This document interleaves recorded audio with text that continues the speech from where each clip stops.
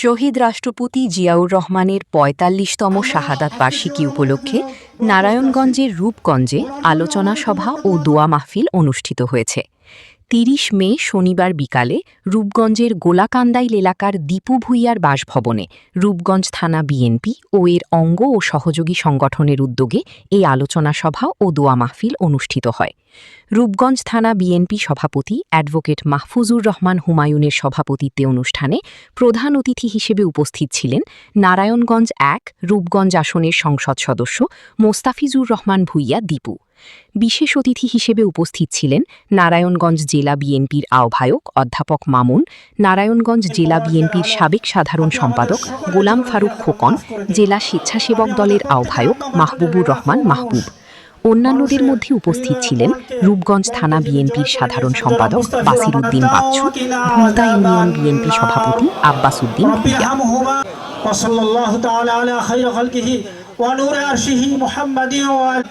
সকলেই রব্বুল আলামিন যারা ইন্তেকাল করেছেন প্রত্যেকের কবরকে আপনি জান্নাত দিয়ে দিন। রব্বুল আলামিন দেশনেত্রী বেগম খালেদা জিয়ার কবরকে আপনি জান্নাত দিয়ে দিন। রব্বুল আলামিন উপস্থিত আছেন আমাদের প্রাণপ্রিয় আরেক বড় ভাই মামুন ভাই, এখানে উপস্থিত আছেন খোকন ভাই, এখানে উপস্থিত আছেন নুরুজ্জামান খান চাচা, এখানে উপস্থিত আছেন বিভিন্ন নেতৃবৃন্দ, এখানে উপস্থিত আছে বিভিন্ন সংগঠনের নেতৃবৃন্দ, এখানে উপস্থিত আছেন নারায়ণগঞ্জের রূপগঞ্জের বিভিন্ন দলীয় ভাইয়েরা বোনেরা, সকলকে আসসালামু আলাইকুম। আসলে কিছু মানুষের জন্ম নেয় নেতৃত্ব দেওয়ার জন্য। এরকম একটি নেতার নাম বলেন তো, ওই নেতার নামটা কি? এমন একজন নেতা যার জন্ম না নিলে এই দেশের জন্ম নিত না, যার জন্ম না নিলে এই দেশের মানচিত্র হতো না, যার জন্ম না নিলে আমাদেরকে পাকিস্তান বাহিনী আমাদেরকে ঘরে ঘরে ঢুকে ঢুকে মেরে ফেলতো। আজকে এরকম একটি নেতার মৃত্যুবার্ষিকীতে আমরা সকলে প্রথমেই ওনাকে যাতে আল্লাহ বেস্ত নসিব করো, এর জন্য কি আমিন বলবো একবার জোরে। আজকে ওনারই অবদানে আমি বলবো যে এই দেশের আপনার ব্যবসা বলেন, বাণিজ্য বলেন, যা কিছু বলেন, ওনার দ্বারাই কিন্তু শুরু হয়েছে। আজকে ওনার মাধ্যমে এই দেশে গার্মেন্টস ব্যবসা শুরু হয়েছে, ওনার মাধ্যমে আপনার এই দেশের মানুষজন দেশের বাইরে গিয়ে কাজ করে বাংলাদেশের রেমিটেন্স পাঠায়, ওনার মাধ্যমে এই দেশে সুব্যবস্থা করেছে যাতে এই দেশের গণতন্ত্র যাতে থাকে, বিভিন্ন দল যাতে এই দেশে নেতৃত্ব দিতে পারে, এরকম একটা ব্যবস্থা করেছে। ওনার মাধ্যমে এই দেশের সাংবাদিকরা, এই যে আমার সাংবাদিক ভাইরা আছেন, আমাদের সম্বন্ধে অনেক কিছু বলেন, এইটা বলার অধিকার কিন্তু আমাদের দেশ প্রেসিডেন্ট জিয়াউর রহমান সাহেব দিয়ে গেছেন। আজকে ওনার স্মরণে আমরা এমন একটা দিন কাটাচ্ছি যে এই ৪৫ বছর ধরেই আমাদের প্রতিটি ঘরে ঘরে প্রতিজন এই দেশের মাটিতে আমরা সবসময় ওনাকে স্মরণ করি। আজকে ওনার জীবন দশায় কিন্তু উনি বেঁচেছে মাত্র ৪৫ বছর। একটি মানুষ ৪৫ বছর বেঁচে এই দেশের প্রতিটি মানুষের ১৮ কোটি মানুষের হৃদয়ে ঢুকে গেছে। কারণ মানুষ যদি সৎ থাকে, মানুষ যদি মানুষের জন্য কিছু করে, তাহলে আল্লাহ তাআলার তরফ থেকে একটি জিনিস আসে, সেটা হলো প্রতিটি মানুষের অন্তরে ওই মানুষের নামটা লেখা থাকে।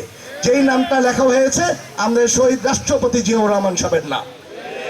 আছে ওনারই পরিবার, যেই পরিবারের দ্বারা আমরা বলবো আমাদের দেশ নেত্রী বেগম খালেদা জিয়ার মাধ্যমে এই দেশে গণতন্ত্র অনেকবার চলে যেতে চেয়েছে, কিন্তু ওনার সঠিকভাবে দাঁড়িয়ে থেকে আমাদের দেশে এই গণতন্ত্র আবার ফেরত নিয়ে এসেছে উনি। আজকে ওনারই সুযোগ্য সন্তান দেশ নায়ক তারেক রহমান সাহেব। দেখেন আপনারা, এই দেশের মাত্র ৩ মাস হয়েছে উনি দায়িত্ব পেয়েছে, ৩ মাসে এই দেশের চিত্রটা পাল্টিয়ে দিচ্ছে না? এই দেশের মানুষের অভাব ইনশাল্লাহ দূর করে ছাড়বে, এই দেশকে ইনশাল্লাহ সিঙ্গাপুর মালয়েশিয়ার মতো উনি বানিয়ে ছাড়বে। কারণ উনি কর্ম করে করতে চায়, উনি কাজ করে বাঁচতে চায়। ওনার কাজের মাধ্যমে দেখে আমরা অনেক সময় চিন্তা করি যে ওনার মতো এনার্জি যদি আমিও পেতাম, তাহলে আমিও এরকম কাজ করলে আমিও অনেক কিছু করতে পারতাম। আল্লাহ তাআলা জানে ওনাকে এইভাবে করে কাজ করার এই 5টা বছর যাতে সুযোগ দেয়, এই 5 বছরে যাতে এই দেশকে, বাংলাদেশকে যাতে একটি বাইরের যে কোনো দেশের সাথে যাতে আমরা বুক ফুলিয়ে চলতে পারি, এরকম একটি দেশকে ইনশাল্লাহ উনি রূপান্তর করবে। আজকে রূপগঞ্জের আপনারা বিভিন্ন জায়গা থেকে এসেছেন, আপনারা এসেছেন শহীদ রাষ্ট্রপতি জিয়াউর রহমান সাহেবের যাতে ওনার জন্য দোয়ার জন্য। আজকে আমি রূপগঞ্জবাসীর উপলক্ষে কয়েকটা কথা বলি, কারণ সকলকে আজকে একসাথে পেয়েছি। আমরা দায়িত্ব পেয়েছি মাত্র 3 মাস ধরে। 3 মাস ধরে রূপগঞ্জে যতটুকু কাজ হয়েছে আমি বলতে পারি সারা বাংলাদেশে কোথাও এত বড় কাজ হয়েছে। 100 কোটি টাকার ব্রিজ শুরু হয়ে গেছে কায়েতপাড়ায়। তারাবতে 4টা রাস্তার কাজ ধরেছি, ইনশাল্লাহ সামনে 180 কোটি টাকার কাজ আসতেছে তারাবতে। রূপগঞ্জে আপনাদেরকে নিয়ে আমি একটি কাজ করতে চাই, সেটা হলো স্বপ্নের রূপগঞ্জ ইনশাল্লাহ গড়তে চাই। আপনারা কি আমার সাথে থাকবেন? স্বপ্নের রূপগঞ্জ গর্ব কেন? শুধু আমাদের জন্য না, আমাদের পরের জেনারেশনও যাতে এই স্বপ্নের রূপগঞ্জে বাস করতে পারে, স্বপ্নের রূপগঞ্জে যাতে স্বপ্নের ভেতর যাতে সাজিয়ে তুলে যাতে আমরা থাকতে পারি, এরকম একটি রূপগঞ্জ ইনশাল্লাহ আমরা গড়ে ছাড়বো।